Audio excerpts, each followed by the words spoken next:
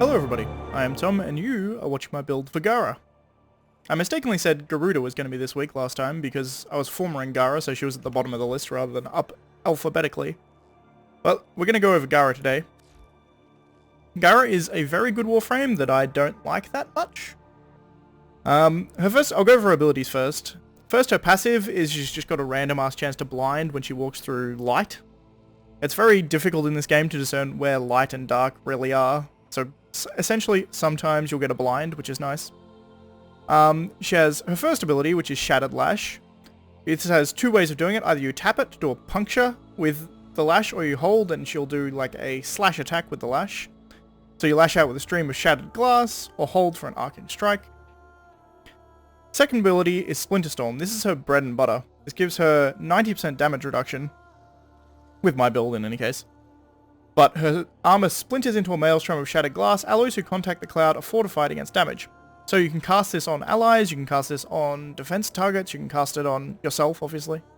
But this will do damage in a radius around you, and it can be buffed. It sort of says damage per second is 325. That's horrible, but you can buff it literally indefinitely, so it's a pretty good ability. Spectro Rage is a piece of shit as far as I can tell. Traps enemies in a carousel of mirrors, forcing them to attack visions of their true selves. Destroyed mirrors damage their attacker, as does the collapse of the carousel. It's pretty much pointless, as far as I can tell. It doesn't seem to even trap a lot of enemies, they just kind of walk through it. So I don't know if it works as intended. And even if it does work as intended, it's not very good, because enemies don't do a huge amount of damage to each other, so it's kind of trash. But then we have Mass Vitrify, which is both a massive source of damage, as well as a great source of defense. So she creates an expanding ring of molten glass that slowly crystallizes enemies who enter. When the expansion is complete, the ring hardens to block weapon fire. The ring draws extra strength from the health and shields of crystallized enemies. Use Shattered Lash to smash the ring and send razor-sharp glass flying outwards. So this does a bunch of explosion damage when you set it off. It gives a damage multiplier to any of the enemies that get melted into glass, I guess is probably the best way to describe it.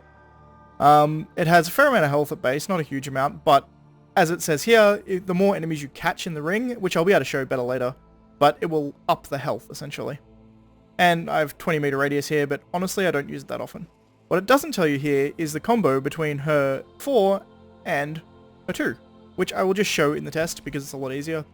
The one other thing I will show here is the fact that I have Galatine Prime on her, and the reason I have Galatine Prime on her is because the one takes melee mods, so you need a stat stick.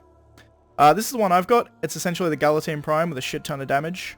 I've just got Prime, Pressure Point, and then all 4 of the massive damage mods, plus 3 of the relevant status ones. So it's just a bunch of damage. You got 1200 radiation, about 1200 viral, 390 slash, and then a bit of the others. But that will actually go into the damage of her 1. So, let's have a look at this test, shall we? I'll do level 50 first. Because the one thing she does run into trouble with is... I'm going to show you the mods I'm using. I forgot to show the mods I'm using. I should do that first, shouldn't I? I have 223 duration, 175 efficiency, 94% range, and 130 strength. This 130 strength, as long as you have 130 strength, then you have 90% damage reduction on your 2. So that's the main thing here. We have corrosive projection because she has problems with enemies with armor.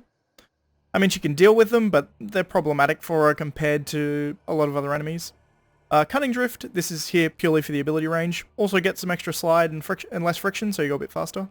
Prime continuity, say this every time, but I'll say it again. Regular continuity, absolutely fine here if you don't have prime continuity.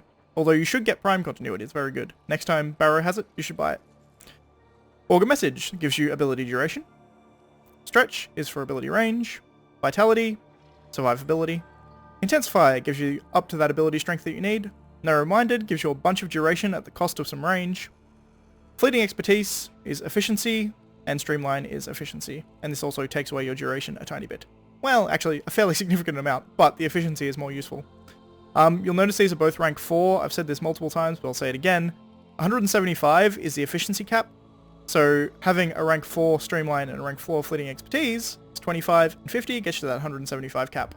There are some few edge cases where you want to have more than 175, even though it's not reflected, but for the most part, that's all you need. As far as arcanes, I've got Arcane Aegis, because it's just good, and Arcane Victory, because I like Arcane Victory. Alright, so now we can do the test. I forgot to actually show the build, which is the whole point of this video. Amazing, eh? Bomber, yep, level 50, simulate. So, start out, cast your 2, that gives you 90% damage reduction, and you can see in that little UI down the bottom corner, if we stand next to this guy, he's taking a tiny bit of damage per second. Not much.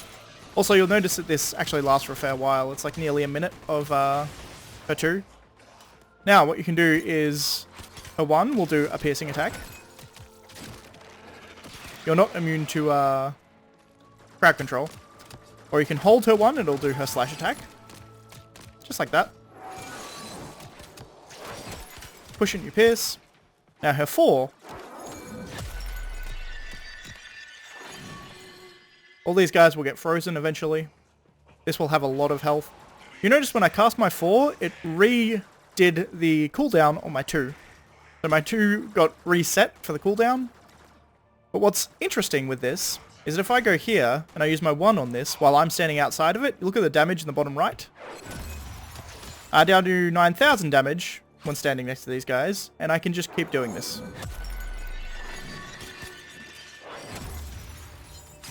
$19,000 damage. 45,000 damage. 38,000 damage. So now we're doing significant amounts of damage to these guys per second. In fact, the fodder enemies just die, and honestly, for level 50 enemies, 38k is all I'm going to need. It's also worth noting you can end your 4 earlier than the full range just by hitting 4 again. So you can go like that, and just a small one, if all you're doing it for is the damage. Bang, up to 47k again. All the enemies are dead, by the way. That's how quickly that goes.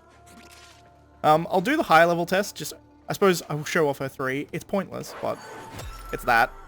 Enemy inside this will just attack these mirrors until the mirrors die, but it does like no damage and is pointless, so never use it.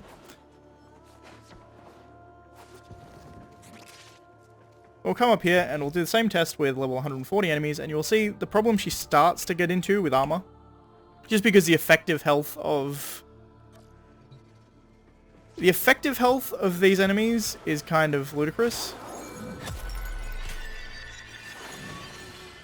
Corrupted Bombard, for instance. I'll kill these guys first, I suppose. Might as well up my damage a bit more, 50,000. So you kill the Ancients, but we stand next to these... I guess I'll freeze all you as well. Let's go. You see, some of those guys were getting blinded there. That was her passive working. Like, the heavy units, the light units, they're nothing. They die. They're absolutely nothing. But these Bombards still aren't taking a huge amount of damage. So she doesn't scale up really high against armored units. Having said that, she can scale up against armored units simply by doing this over and over and over again. 70,000 damage. 80,000 damage. 95,000 damage.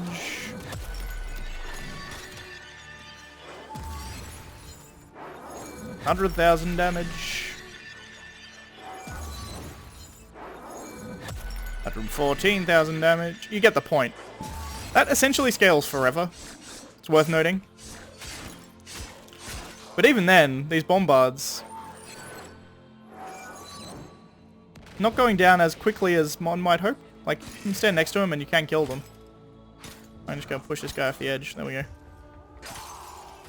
As I said, the fodder enemies just die immediately. They're nothing. It's the heavily armored ones. So the heavy gunners, as well as the Bombards, they still take some efforts to kill. After you get up to this kind of level. Like, I'm doing 133,000 damage per second.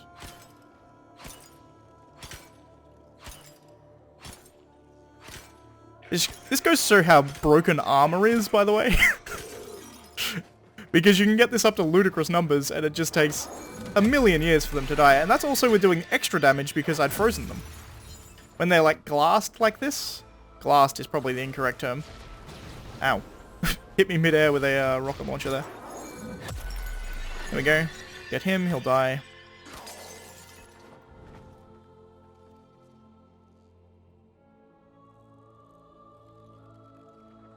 There we go.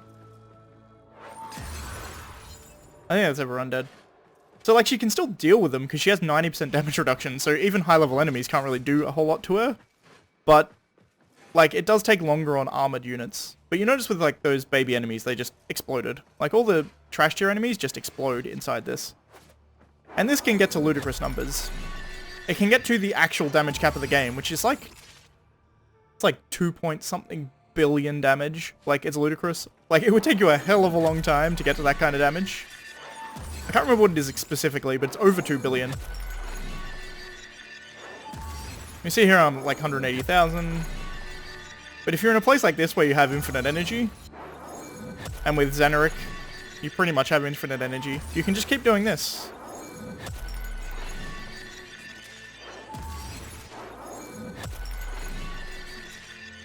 And that's infinitely scaling. I've had enough of it now, so I'm not going to do it anymore. But that's like 208,000 damage. Simulate these guys again. Whoops, I killed them, not simulated them.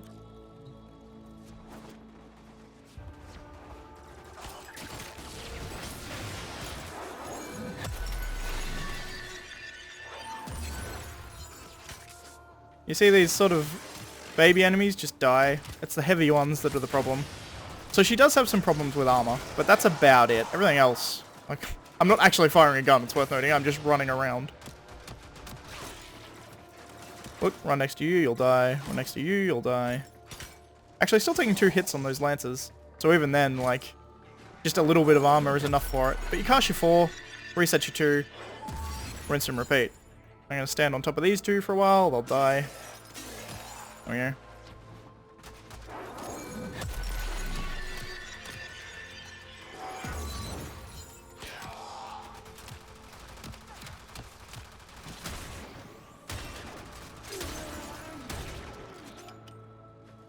My Vectis is still faster at killing them than they...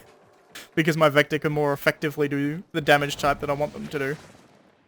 But that's pretty much her gameplay loop. And I find it kind of boring, if I'm honest. At least it's active. I'll give it that. And honestly, like, the idea of, like, infinitely scaling damage, like, on first inspection you may think, like, ooh, that needs to be nerfed. But not really. Like, how long have I been doing this? A fair while. And I've got to 255,000 damage. 255,000 damage... It's not that much. I mean, it's a lot. Okay, it's a lot. Don't get me wrong. But it's still not out of the way that enemies scale in this game, particularly the Grineer, or I should say armored enemies, not specifically the Grineer, just armored enemies. They scale to such absurd amounts of health that, like, even if you scale to 1,000,000 damage at the end of, like, a really long survival, you're still going to be, like, not one-shotting everything. And even then, you've got to be standing right next to them to kill them, so I think it's probably fine. Its ramp up isn't fast enough that it's a problem, is essentially the point I'm making. If it took, like, 3 seconds to get to this much damage, sure, but this took me a long time to get to this, and essentially standing right next to an infinite supply of energy as well, worth noting. But you can just keep doing that in ad infinitum. But I feel like I'm saying the same thing over and over again, so we'll end it there. That's pretty much it. She's pretty easy. And I don't like her that much at all. She's kind of boring. It took 4 former for this build, I believe. Nope, only 3. Yeah, that's about it.